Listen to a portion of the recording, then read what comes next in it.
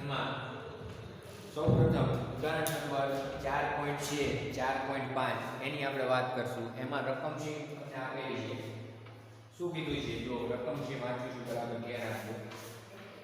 સૂક્ષ્મખંડ dl સદિશ dx i ને ઉદ્ગમ બિંદુ પર મૂકેલ છે. જે આકૃતિ આપેલી છે આકૃતિમાં dl સદિશ delta x i. આ જે વિદ્યુત પ્રવાહ જે લંબાઈ ખંડ છે સૂક્ષ્મખંડ એને ઉગમ બિંદુ ઉપર ઉદ્ગમ પર મૂકેલ છે અને તેમાંથી મોટો પ્રવાહ I બરાબર 10 એમ્પિયર પસાર થાય છે. આમાંથી જે પ્રવાહ પસાર થાય છે એની કિંમત આપેલી છે I 10 એમ્પિયર જે આકૃતિમાં દર્શાવે છે. y અક્ષ પર 0.5 મીટર અંતરે ચુંબકીય ક્ષેત્ર કેટલું હશે?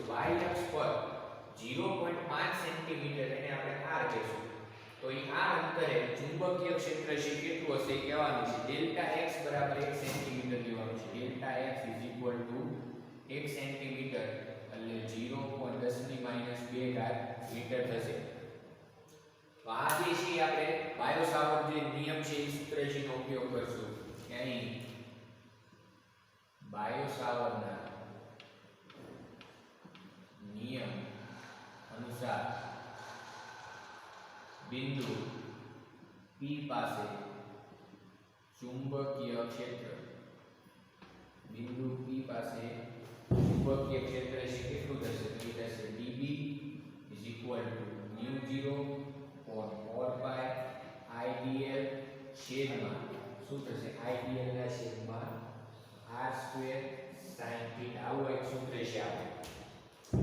હવે એમાં છે મિત્રો જે કિંમત છે આપણને જે આપેલી છે એ મૂકવાની છે. તો અહીંયા તમે જુઓ તો કે આ ડેલ્ટા L સદિશ ડેલ્ટા x i કેરેટ આપેલા છે. તો એને આપણે આ ડેલ્ટા x નું મૂલ્ય ખૂબ જ નાનું હોવાથી આપણે આને dl લખી શકીએ. dl dx i કેરેટ જેમાં આ જે dx છે એની કિંમત આપેલી છે. ડેલ્ટા x અને dx ખૂબ જ કિંમત નાની હોવાથી આપણે dx લખી શકીએ. તો એ કિંમત છે 10 ની -2 મીટર અને 10 ની -2 i કેરેટ. મૂલ્ય લખવું હોય તો મોટો dl 10 ની -2 મીટર થશે. બધી કિંમત છે આપણે આમાં મૂકી દઈશું જે જે આપેલી છે. જો પહેલા μ0/4 પાઈ છે એના નામ લેવા દે. I એટલે પ્રવાહ કેટલો છે? 10 એમ્પિયર ગુણ્યા dl એટલે જે મૂલ્ય છે 10 ની -2 ગુણ્યા sin θ ની કિંમત. θ એટલે શું? તો કે θ એટલે r સદિશ અને idl સદિશ વચ્ચેનો ખૂણો. મૂળભૂત જે બાયો સાવર્ટના નિયમનું સૂત્ર આપણે આવું લખીએ છીએ μ0/4 પાઈ idl સદિશ cos r સદિશ છેદમાં r ઘન. મૂળભૂત સૂત્ર આવું છે. પછી એનું આપણે સાદું રૂપ આપ્યું એટલે કે આ ક્રોસ ગુણાકાર દૂર કર્યો એટલે idl r sin θ. પછી આપણને આ ફોર્મ્યુલા મળ્યું એટલે કે idl સદિશ અને r સદિશ વચ્ચેનો ખૂણો છે આ થીટા છે. તો એ તમે જો idl સદિશ એટલે આ idl સદિશ છે. વિદ્યુત પ્રવાહ ખંડ અને એમાંથી પસાર થતો પ્રવાહ એટલે idl સદિશ છે. જે x એક્સિસ ઉપર છે જે બિંદુએ ચુંબકીય ક્ષેત્ર મેળવવાનું છે ત્યાંથી એનું અંતર છે P બિંદુનું r છે. તો એમની વચ્ચેનો જે ખૂણો છે કેટલો બન્યો? 90 ડિગ્રી. એટલે અહીં આવશે sin 90 ડિગ્રી છેદમાં r². r એટલે જ્યાંથી તમારે અંતર મેળવવાનું છે ચુંબકીય ક્ષેત્ર એનું 0.5 એનો સ્ક્વેર. μ0/4 પાઈ એટલે 10⁻⁷ થાય. કારણ કે μ0 ની કિંમત 4 પાઈ 10⁻⁷ ગુણ્યા 10 10 ની -2 sin 90 એટલે 1 છેદમાં 0.5 એનો સ્ક્વેર. એટલે આપણો આ જે જવાબ આવશે મિત્રો ગણતરી કરો તો કેટલો આવશે? તો ઈ આન્સર આવશે 4 ગુણ્યા 10 ની -8 ટેસ્લા. ઈ બિંદુ પાસે ચુંબકીય ક્ષેત્રનું મૂલ્ય આપ્યું હોય 4 ગુણ્યા 10 ની -8 ટેસ્લા. હવે ઈ ચુંબકીય ક્ષેત્ર કઈ દિશામાં હોય આ મૂલ્ય કીધું. ચુંબકીય ક્ષેત્ર દિશા મેળવે છે તો સિમ્પલ છે કે તમારે અંગૂઠાને વિદ્યુત પ્રવાહ દિશામાં રાખવાનું. સમજો આંગળીઓની જે દિશા છે ચુંબકીય ક્ષેત્રની દિશા દર્શાવે. તો તમે જો અંગૂઠો આ દિશામાં રાખવામાં આવે વિદ્યુત પ્રવાહ ખંડની દિશામાં. આંગળીઓને મારે આ તાર ઉપર વીંટાળવી છે તો આંગળીઓ જો આ રીતે તાર ઉપર વીંટાળે તો આ P બિંદુ પાસેથી આંગળીઓ બહાર તરફ ગતિ કરે. એટલે એનો મતલબ ચુંબકીય ક્ષેત્ર સમતલને લંબ બહાર તરફ છે અને સમતલને લંબ બહાર તરફ એટલે z દિશામાં થયું z અક્ષ તરફ અને ઈ મેળવવા માટે આપણે ક્રોસ ગુણાકારે સિમ્પલ કરી શકીએ જો આ આઈડિયલ સદિશ ક્રોસ r સદિશ છે હવે આઈડિયલ સદિશ કઈ દિશામાં છે તો i કેરેટ ક્રોસ r સદિશ જે બિંદુએ ચુંબકીય ક્ષેત્ર શોધવાનું છે કઈ અક્ષ પર છે y અક્ષ પર એટલે i caret cross j caret તો જવાબ શું આવશે k કેરેટ એટલે k કેરેટ એટલે કે ચુંબકીય ક્ષેત્ર છે ઈ ધન z અક્ષ ની દિશામાં થાય અને એવું કહી શકાય કે સમતલને લંબ અહીં ડોટ આઉટના દર્શાવો તો સમતલને લંબ બહાર ખ્યાલ આવે છે ને તો આવી સિમ્પલ ક્રોસ ગુણાકાર ઉપરથી ને ડાયરેક્શન મેળવી શકાય કારણ કે જે z એક્સિસ છે x એક્સિસ સમજો આ રીતે વિચારી શકાય x એક્સિસ y એક્સિસ તો z એક્સિસ છે સમતલને લંબ બહાર તરફ અથવા અંદર તરફ હોય તો બહાર તરફ છે તો એને ધન z એક્સિસ કહેવાય અંદર તરફ હોય તો એને ઋણ કહેશું પણ અહીંયા સિમ્પલ કે જે ચુંબકીય ક્ષેત્ર છે સમતલને લંબ b પાસે બહાર તરફ છે લખવું હોય તો લખશું k કેરેટની દિશા એના પછી ઉદાહરણ 4.6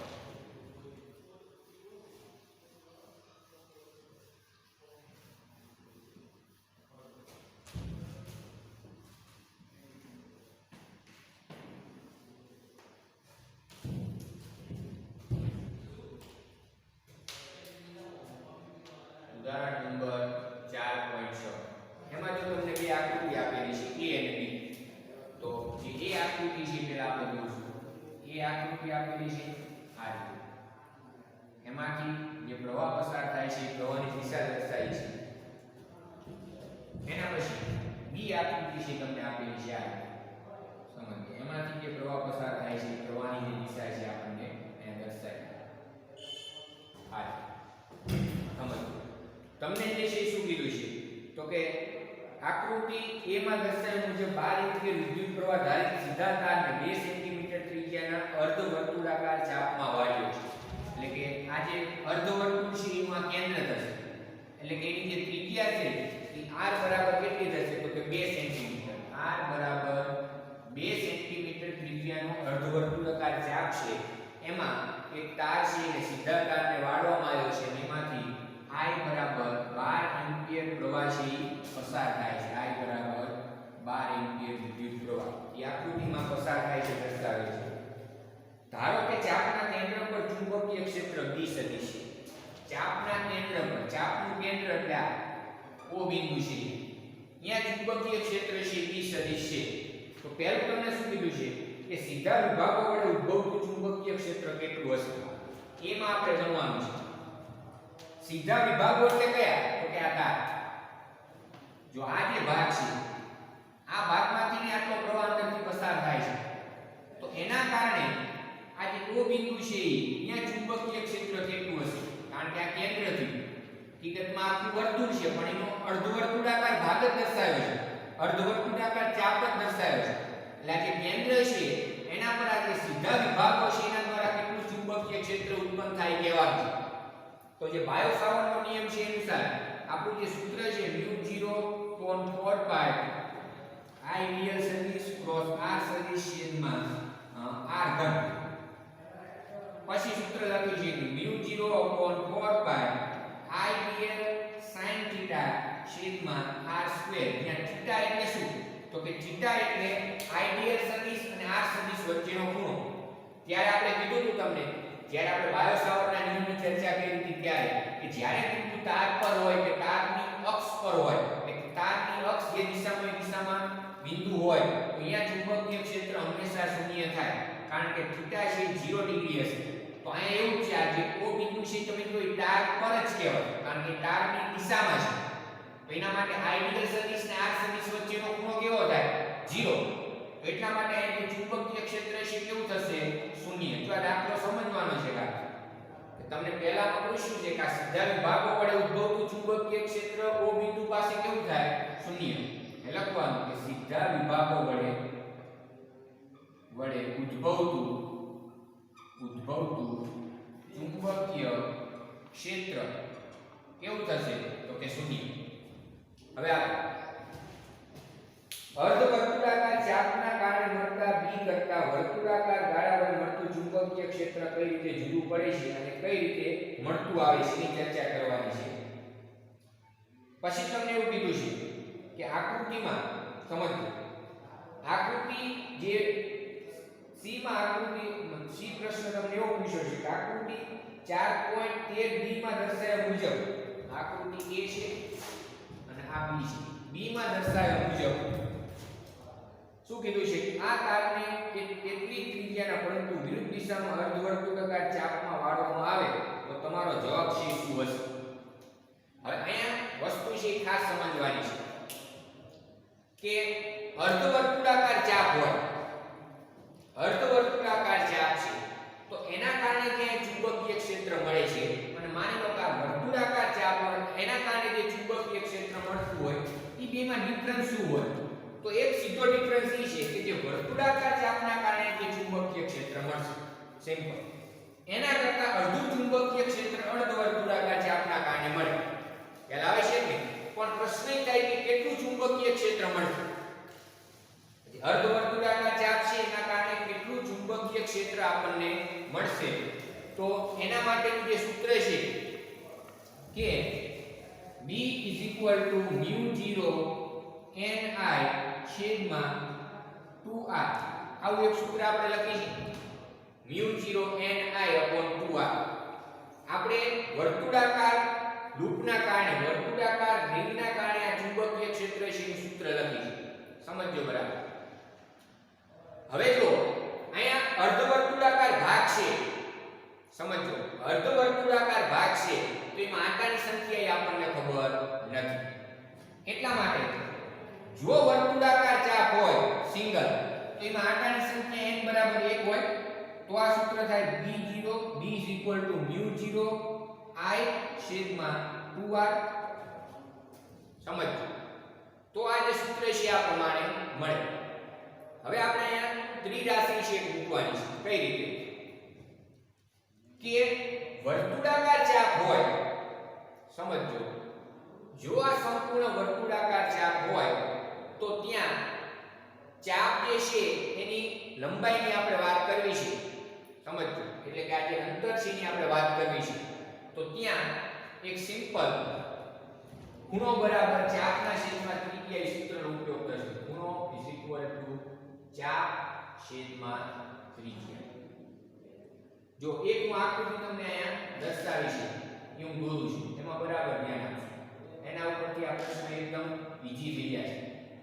જો કે આની કે બુકમાં તમારે ચર્ચા નથી. મેં આવી એક આકૃતિ દોરી છે. અહીંયા જે ખૂણો બને છે થીટા છે અને અહીંયાથી આ જે અંતર છે કેપિટલ R છે. આમાંથી પસાર થતો પ્રવાહ છે I છે. અને તમારે મિત્રો બિંદુ P પાસે ચુંબકીય ક્ષેત્ર કેટલું એ મેળવવું છે. તો હમણાં એ વાત કરી કે આ સીધા વિભાગો છે એ જ રીતે આ તો એના કારણે P બિંદુ પાસે ચુંબકીય ક્ષેત્ર શૂન્ય છે. કારણ શું કે બિંદુ P છે એ તારની અક્ષ પર કહેવાય. તો બાકી રહ્યો આ ચાપવાળો ભાગ, ખબર પડે છે કે આ ચાપવાળો ભાગ બાકી રહ્યો તો એના કારણે ચુંબકીય ક્ષેત્ર અહીંયા કેટલું હશે? તો આપણને આ સૂત્ર ખબર છે કે B = μ0 I/2r અથવા આ સૂત્ર B = μ0 ni/2r જેમાં n શું છે? આંટાની સંખ્યા. સિમ્પલ. હવે પહેલા તો આપણે આંટાની સંખ્યા મેળવવી પડે કે આ જે ભાગ છે એમાં આંટાની સંખ્યા કેટલી હોઈ શકે. તો સિમ્પલ કે જો ચાપની લંબાઈ 2πr હોય તો આંટાની સંખ્યા કેટલી હોય ખબર છે? એક વર્તુળ છે માની લો r ત્રિજ્યાનું એક વર્તુળ છે. આ વર્તુળમાં મોટા મોટી ચાપ એટલે એનો પરિઘ. તો એ વર્તુળનો એક આંટો તમે પૂર્ણ કરો એટલે પરિઘની વાત થઈ રચના. તો એ એક આંટો એટલે ચાપની લંબાઈ કેટલી કહેવાય? 2πr. તો અહીંયા આ સૂત્ર દ્વારા જો કે ચાપની લંબાઈ છેદમાં ત્રિજ્યા ખૂણો એટલે થીટા બરાબર ચાપની લંબાઈ. આ ચાપ છે ની લંબાઈ મેળવી છે આપણને ખબર નથી આની. તો આ સૂત્ર દ્વારા ચાપની લંબાઈ છેદમાં ત્રિજ્યા. તો ચાપની લંબાઈ કેટલી મળે? ચાપની લંબાઈ એ કેટલી મળશે? r theta. તો જો ચાપની લંબાઈ 2πr હોય તો આંટાની સંખ્યા 1 સમજ. તો જો ચાપની લંબાઈ r થીટા હોય તો આંટાની સંખ્યા કેટલી? તો સિમ્પલ કે આંટાની સંખ્યા થશે એને આપણે કેપિટલ N કહીશું. આંટાની સંખ્યા શું કહેશું? Capital N. તો n શું થશે? તો કે r થીટા છેદમાં 2πr એટલે r કેન્સલ. જવાબ આવ્યો થીટા અપોન 2π. માટે કેપિટલ N થીટા અપોન શું થશે? 2π. તો હવે જે મિત્રો છે આ n ની કિંમત અહીંથી મૂકી દઈએ આપણે તો આપણું જે સૂત્ર છે શું થશે? સમજો. તો n ની કિંમત જો અહીંયા મૂકી દેવામાં આવે તો હવે આપણું જે ફોર્મ્યુલા છે આવું થશે. ખૂબ જ મહત્વનું જે સૂત્ર છે b μ0 I upon 2r ગુણ્યા થીટા upon 2π. એટલે સૂત્ર થયું b μ0 I theta upon 4πr. μ0 I theta upon 4πr. આ જે સૂત્ર છે એ એક જનરલ ફોર્મ્યુલા છે જેમાં આ છે વર્તુળાકાર લૂપ હોય કે અર્ધ વર્તુળાકાર હોય કે આવી ચાપ હોય તો એ ચાપની ત્રિજ્યા ટૂંકમાં ડિસ્ટન્સ દર્શાવે છે બિંદુથી એ ચાપ સુધી. આ એટલે વિદ્યુત પ્રવાહ μ0/4π તો અચળ છે. થીટા એટલે શું? તો થીટા એટલે એ ચાપે કેન્દ્ર સાથે બનાવે જે બિંદુએ ચુંબકીય ક્ષેત્ર શોધવું છે એની સાથે બનાવેલ ખૂણો. હવે તમે સિમ્પલ વિચારો કે આ વર્તુળાકાર ચાપ છે. જો વર્તુળાકાર ચાપ હોય તો એ કેન્દ્ર સાથે કેટલો ખૂણો બનાવે? તો કે 360 ડિગ્રી 2π. રેડિયનમાં કેટલો થાય? 2π. તો ત્યારે તમારે અહીંયા થીટાની કિંમત 2π મૂકવી પડે. ખબર પડે છે કે ત્યારે તમારે એની કિંમત કેટલી મૂકવી પડશે? 2π. આગળ જો અર્ધવર્તુળાકાર હોય, અર્ધવર્તુળાકાર છે તો એ કેન્દ્ર સાથે કેટલો ખૂણો બનાવે? તો કે એનો અડધો. વર્તુળાકાર જે ખૂણો બનાવે, વર્તુળાકાર હોય લૂપ, ઈ જે કેન્દ્ર સાથે 360 ડિગ્રીનો ખૂણો બનાવે કારણ કે કેન્દ્ર ઉપર જ આપણે ચુંબકીય ક્ષેત્ર શોધવાનું. તો અહીંયા કેટલો ખૂણો બને છે આપણો? ખ્યાલ આવે છે ને? તો અર્ધવર્તુળાકાર ચાપ છે તો એ પાઈ કેટલો ખૂણો બનાવશે? વર્તુળાકાર ચાપ છે તો એ કેટલો ખૂણો બનાવશે? તો કે 2π જેટલો. હવે જે બી પ્રશ્નમાં આપણે કમ્પેરીઝન કરવાની છે, સમજવા લખવું હોય તો લખી નાખો. બી જે છે એમાં આપણે જે કમ્પેરીઝન કરવાની છે આ સૂત્ર તો મેળવી લીધું આ રીતે. આ દાખલો પેલા જૂના સિલેબસમાં હતો પણ અત્યારે છે નહીં. તોય આપણે અહીંયા ચર્ચા કરી હતી, નોંધમાં લખી નાખો. બી માં તમને શું કીધું છે હું ફરીવાર વાંચું છું. અર્ધવર્તુળાકાર ચાપના કારણે મળતા બી સદિશ કરતા વર્તુળાકાર ગાળાઓને મળતું ચુંબકીય ક્ષેત્ર કઈ રીતે જુદું પડે છે અને કઈ રીતે મળતું આવે છે. સિમ્પલ. શું કીધું છે તમને? કે તમારે આ ઓ બિંદુ પાસે પહેલા તો અર્ધવર્તુળાકાર ચાપ જે તમને અંદર આપેલી છે એના કારણે ચુંબકીય ક્ષેત્ર શોધો. હું અહીં લખીશ અર્ધવર્તુળાકાર ચાપ અથવા તો ગાળા માટે જે તમને આકૃતિમાં આપેલી છે તો એના કારણે આ સૂત્રનો ઉપયોગ કરશું μ0 I થીટા upon 4πr. તેમાં થીટાની કિંમત કેટલી મૂકશું મિત્રો? π. કારણ કે અર્ધવર્તુળાકાર છે તો અહીંયા જે ખૂણો બનશે કેટલો બનશે? કે 180 ડિગ્રી. એટલે આ પાઈ મૂકશું. b બરાબર μ0 I into π છેદમાં 4πr. પાઈ પાઈ ગયા તો જવાબ આવ્યો μ0 I છેદમાં 4r. શું જવાબ આવ્યો? μ0 I upon 4r. સિમ્પલ. હવે આપણે જોઈ વર્તુળાકાર ચાપ તો વર્તુળાકાર ગાળા માટે આપણે લખીશું વર્તુળાકાર ગાળા માટે તમારે આટલું નક્કી કરવાનું થીટા કેટલો હોય તો કે 2π. સૂત્ર કિંમત મૂકો μ0 I થીટા upon 4πr. એમાં થીટાની કિંમત મૂકશું આપણે 2π છેદમાં 4πr. પાઈ પાઈ ગયા બે કેન્સલ. જવાબ આવ્યો μ0 I upon 2r. વર્તુળાકાર લૂપ હોય એના કેન્દ્ર પર ચુંબકીય ક્ષેત્ર ભૂલી. ખ્યાલ આવે છે?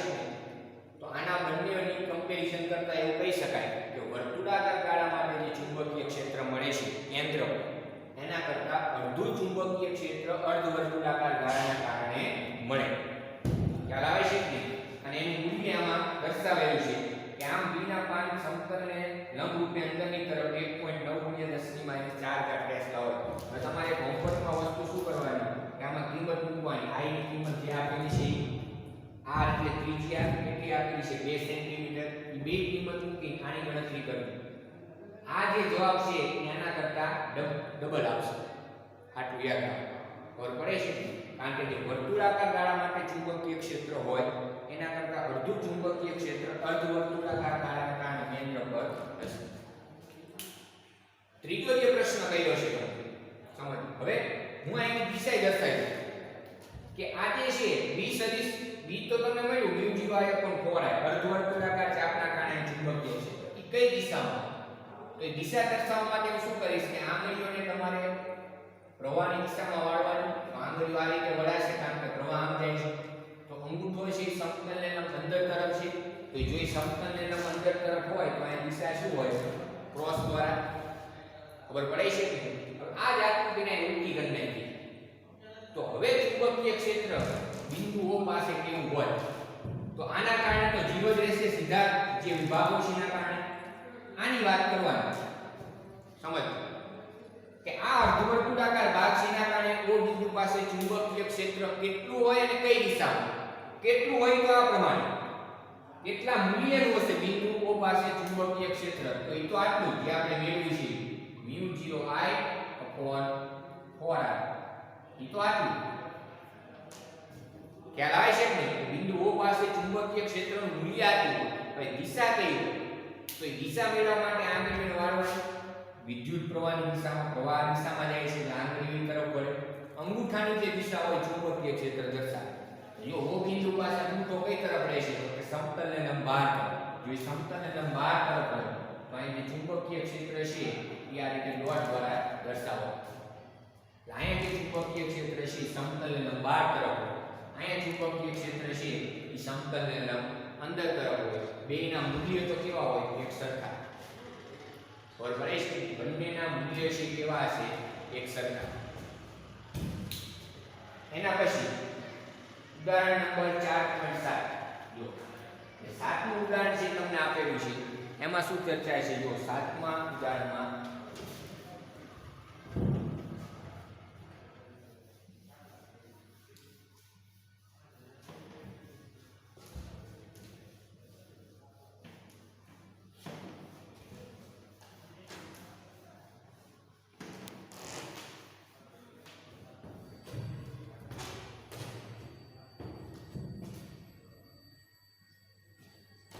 શું કીધું છે? 10 સેન્ટીમીટર ત્રિજ્યા ધરાવતું અને કૂપ પાસે રહેલા 100 આંટા ધરાવતું એક મૂંછડું કોઇલ ધ્યાનમાં લો જેમાંથી એક પ્રવાહ 1 એમ્પિયર પ્રવાહ પસાર થાય છે.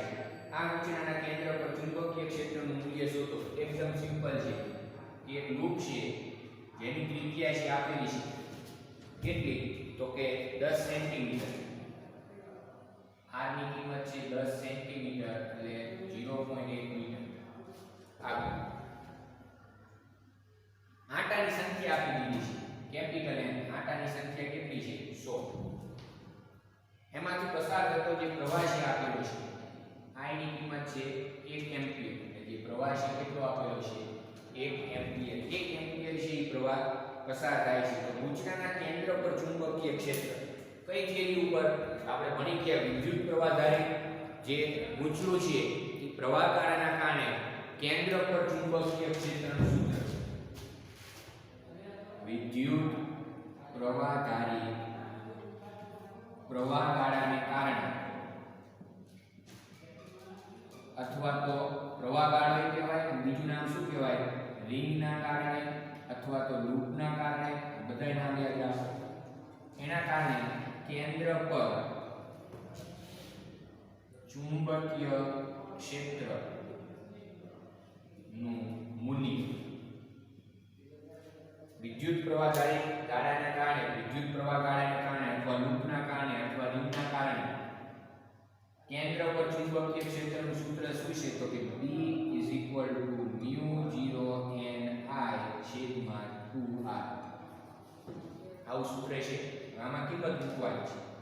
μ0 એટલે 4 pi 10⁻⁷ n એટલે કુલ આંટાની સંખ્યા 100 આપેલી છે.